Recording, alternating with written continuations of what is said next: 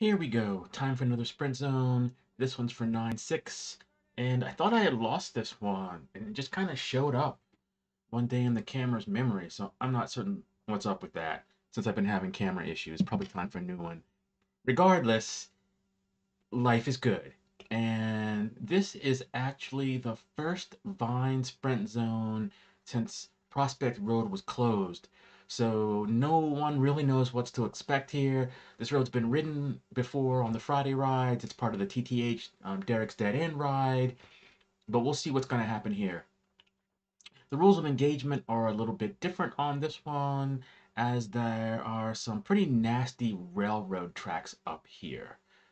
The ugliest angle tracks that I've ever seen.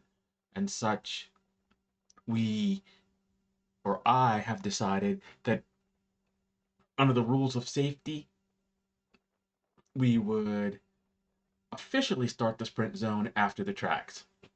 So looking back, we have guest rider Todd Mellinger from TTH, triathlete of note in the area. Nice he's coming to join us.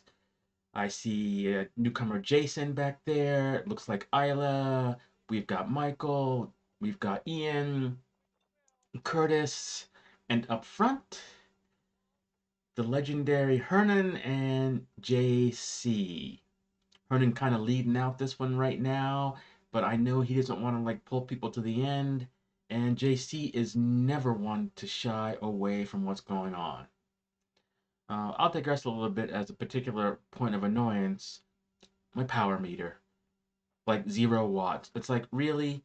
So this is my SRM power meter on this one, and for some reason it goes wonky with the Garmin sometimes. So I left it up here because it does at some point become relevant, but for right now we have no idea. I probably should have asked JC for his power numbers, as he is not shy, a la Matthew Vanderpool. A lot of riders are shy about like sharing their stuff, but it's like those that are really truly strong, basically it's like, yeah, what are you gonna do about it? Anyway, Greg looking really strong behind as JC strings things out here. Got Curtis in very good position. We got Ian actually punching above his weight a little bit, but he is smart enough to get in a good position. Looking way back there, I can see that already a selection has almost been made, but I think people are just taking it easy. I saw way back there Mr. Mellinger just taking it easy, pulling up a posse, and this is something that the supers can do. Although I'm going to put JC in the super category because I know his FTP and it is ginormous. Regardless, he's up front, not shying away from anything. And Greg comes through surprisingly. There's a little bit of wind off of our right shoulder. So I was pretty happy that if Greg wants to sit out there and take some wind, I am all good with that. And you can see his jersey rustling just a little bit from the wind. You'll notice that Hernan's jersey fits a lot tighter, or maybe it's because he's sitting in behind JC, but you don't see any ruffling there. Behind, Curtis is always in a good position. He's always strong and courteous. Ian once again back there, and there is Ilka on the gravel bike. She would do so much better if she had a road bike, but it's kind of like her security blanket, so I won't say anything except don't bring a knife to a gunfight. In any case, we see Mr. Mellinger out there hanging out by himself, kind of observing the culture. JC still driving hard, and I really should have asked for his numbers. Maybe he'll send them, and I'll do a remake. But in any case, Greg looking strong, Hernan looking strong, up over this little bridge, and this is a potential selection point, as there are times that people just can't accelerate, and you can see Greg was unable to hold the wheel. Perhaps a bit of hubris to put himself in that position, and Hernan, who can like ride all day at enormous wattages, isn't able to or is unwilling to close the gap. So I guess it's up to me. So I'm going to bring back JC, Curtis in tow. Ian's still looking really good. And JC really wasn't hitting it super hard here. At certain points during the ride, I saw him kind of look back, and there it is. There's that look, just to make certain that we're still there. Because it's really not a whole lot of fun just to ride people off your wheel that early. And it might not be wise given that we have the horsepower of Mr. Mellinger back there who might be able to go head to head with JC. Certainly from his 100-mile rides I've seen on the Strava, this is in fact the case. Looks like we've got two echelons here. One headed up by JC. Mr. Mellinger's got Ilka in tow back there. And, and there's been no real selection except for those that weren't going to be there anyhow. And given the new route, I guess there's some apprehension here about what's actually going to happen. But in any case, those who didn't want to participate are shying away from that. Maybe they didn't like the road.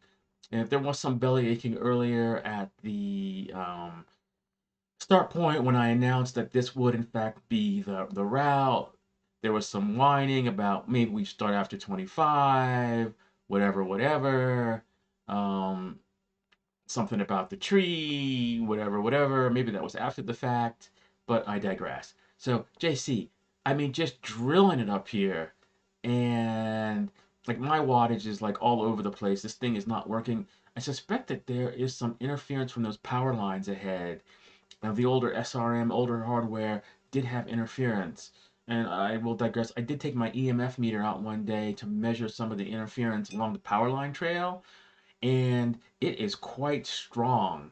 And I don't have the numbers memorized, but there's quite a bit of interference coming from power lines. Anyways, I take over here, trying to keep everybody honest. Curtis in tow, JC falls back, and I can see people struggling back there. And it looks like the gravel bike has been dispatched. And this is indeed a sign that at least the pace is honest. Looks like Ian may be falling back there. Mr. Mellinger having uh, perhaps a decision not to just toe up the weak, and that seizing a selection is coming to play with the big men. And yes, it looks like that is the snap. That little acceleration that was put on by maybe myself starting that with JC, of course, keeping everybody earnest all along is a good thing. And Curtis coming to the front, and life is good. And it looks like my power meter has, in fact, maybe started to do something worthy of commenting on.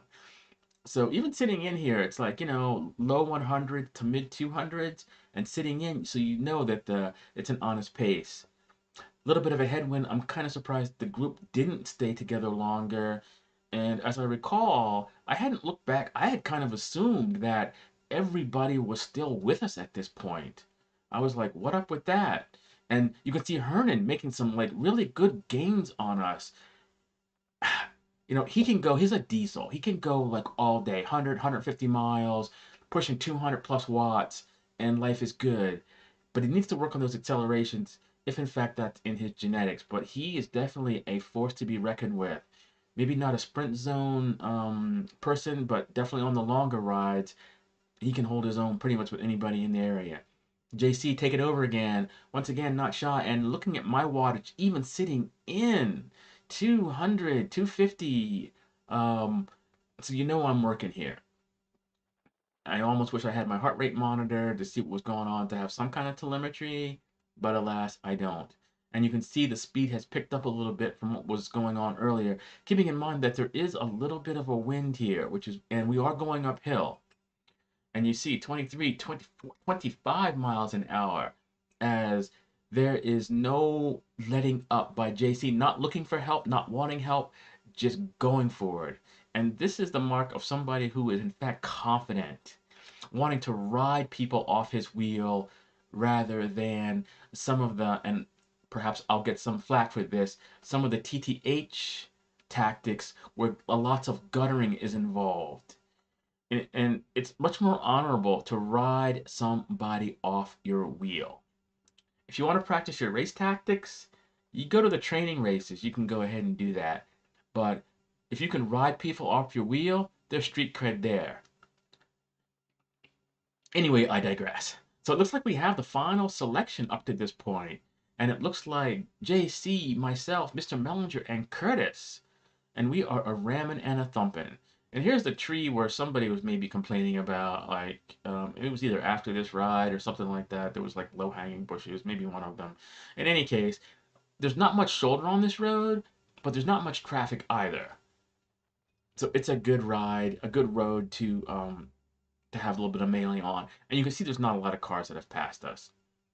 Once again, my wattage says 0. That's annoying. But the speed, 27 miles an hour. The selection has indeed, and looking back, even Hernan, who was making some ground, was not able to keep up. You know, if he had just been there, I'm certain he would have been a player here. But let's give attention to those who are there. Mr. Mellinger looking really strong and looking very comfortable. Curtis looking strong, and everybody in this group is not shy away from contributing.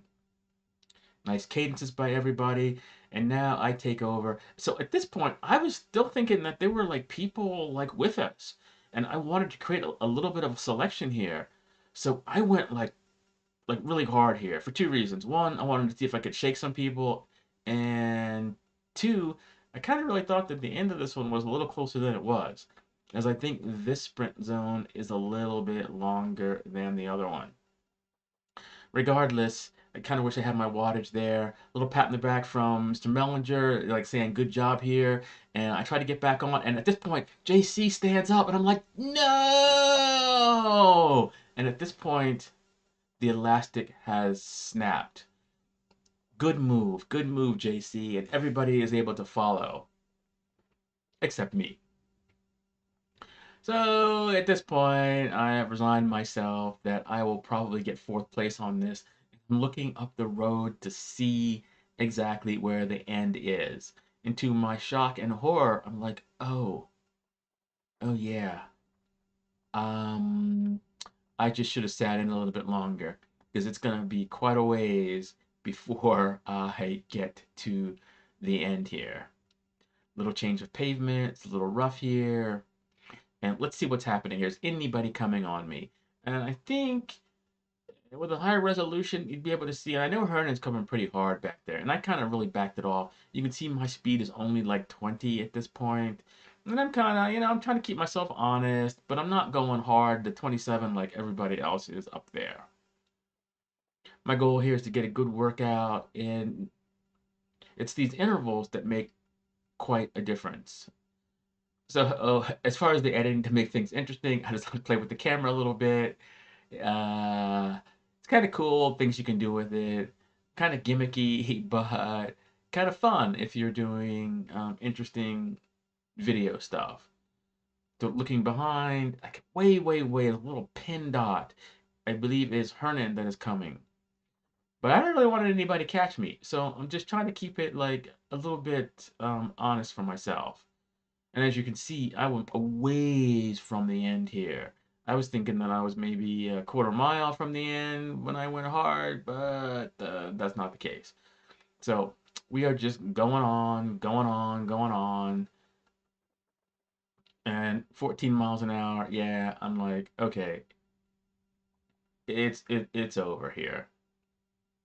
It's a nice scenic road though. I can't say anything wrong with it. And yeah, and there you can definitely see, for those of people who actually watch this, not on their phones, but cast it to their big screen TVs as I do. So having a 65-inch, even though it's like 10 years old, it's much nicer to look at this on the big screen. And it's one of the reasons that I chose the cinematic format of the widescreen versus the standard square format. Anyway, we're playing with the camera, increasing the field of view to make it look like we're really moving here, even though it's like 15 miles an hour. Interesting things you can do with the camera to make things appear to be faster than they actually are. So my 13 miles an hour, and definitely at this point, you can see Hernan coming, a ramming and a thumping. And at this point, I'm like, I've been out here long enough, and I don't really think that I need to be pushing it hard. The route's a little longer, definitely than Prospect, but that's okay. Now, I'll digress a little bit. So there's some sprint zones on the Friday ride that, meh. They're like really too short. You get a lot of riders that are strong, TTH guys, guys that, pushing the 300-watt FTPs, and they get a little antsy. But you throw a sprint zone or two in there, like a real sprint zone where this is like a 4 or 5 mile like mini race, and they're happy. They get theirs. So there's folks that have turned around. There's Hernan makes the pass, still going at a good clip. He was able to catch me. He likes going hard like all the time. I look for him next year to be maybe even one of the big men on the TTH if he can keep it up during the winter. Or I definitely have ridden with him on the SOAR ride and the war rides.